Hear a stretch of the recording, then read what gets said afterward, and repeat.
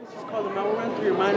How do you think the fight plays out differently? Actually, knocks out Brandon. How do you feel about this? I didn't even hear what you said. I can't deal with that. I mean, that's in the past.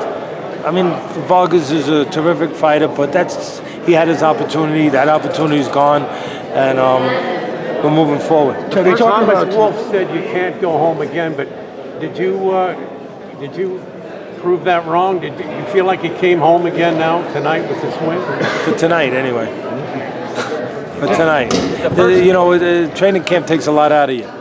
You know, I mean, I'm around a tremendous human being, and that makes it much more palatable. But it takes a lot out of you because you got to worry every day. It's like having kids all over again. Every day you got to worry. Every day. And you know what? It becomes too heavy sometimes. It really does. But then you forget about it when this happens, and you say, "Oh, that's why I do it." Teddy, at this stage of Tim's career, were you surprised that it even came? And coming off a trainer change too, were you surprised it came that easy to him tonight? He picked it up real well in camp, and that's to his credit, not to Teddy Atlas's credit. I'm a good teacher, but you have to have an intelligent person to pick it up, to understand why you're doing it and how to implement it. And you have to have a very eager person to learn, a person who's very eager, even after all the success at 32 years of age, to be eager to learn and willing to learn.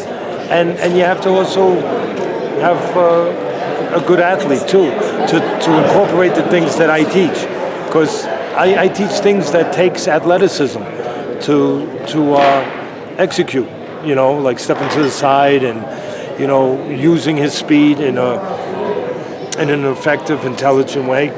And you got to have an intelligent athlete to be able to, give those lessons to him. He has to be intelligent to adapt to it, to pick it up, to understand it.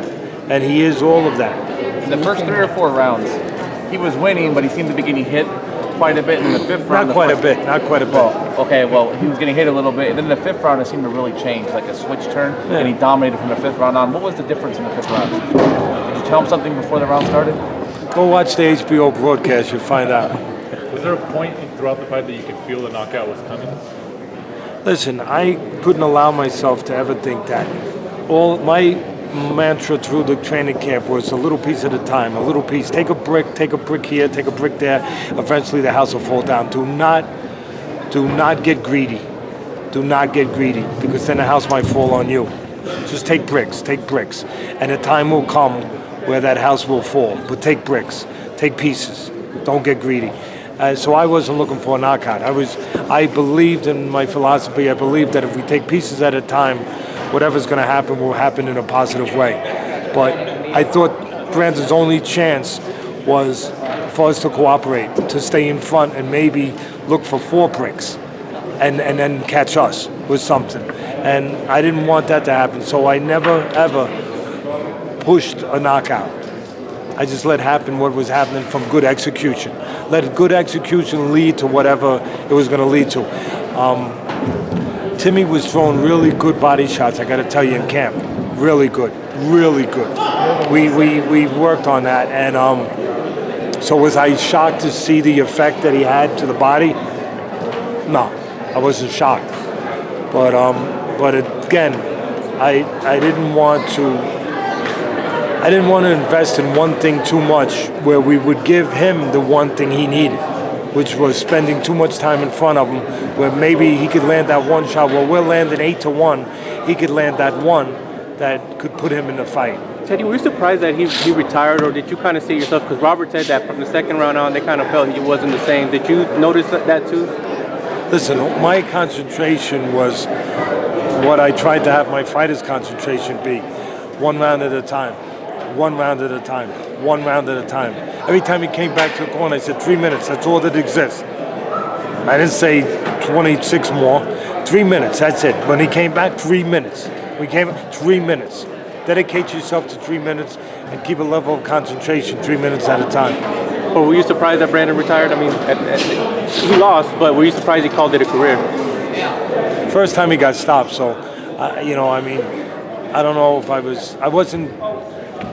I wasn't, you know, I respect fighters that get in the ring. I respect all of them. So it's never a fun thing for me or an expectation for me to look to see a fighter retire after a loss. So I wasn't thinking of that. I'm just happy we got the win. And I appreciate Brandon for the kind of fighter that he is and has been. Did you feel a lot of pressure, Teddy, coming in and replacing Joel and people seeing how you guys were going to mesh and how you guys were going to perform? I think Joel did a great job, tremendous job for 10 years.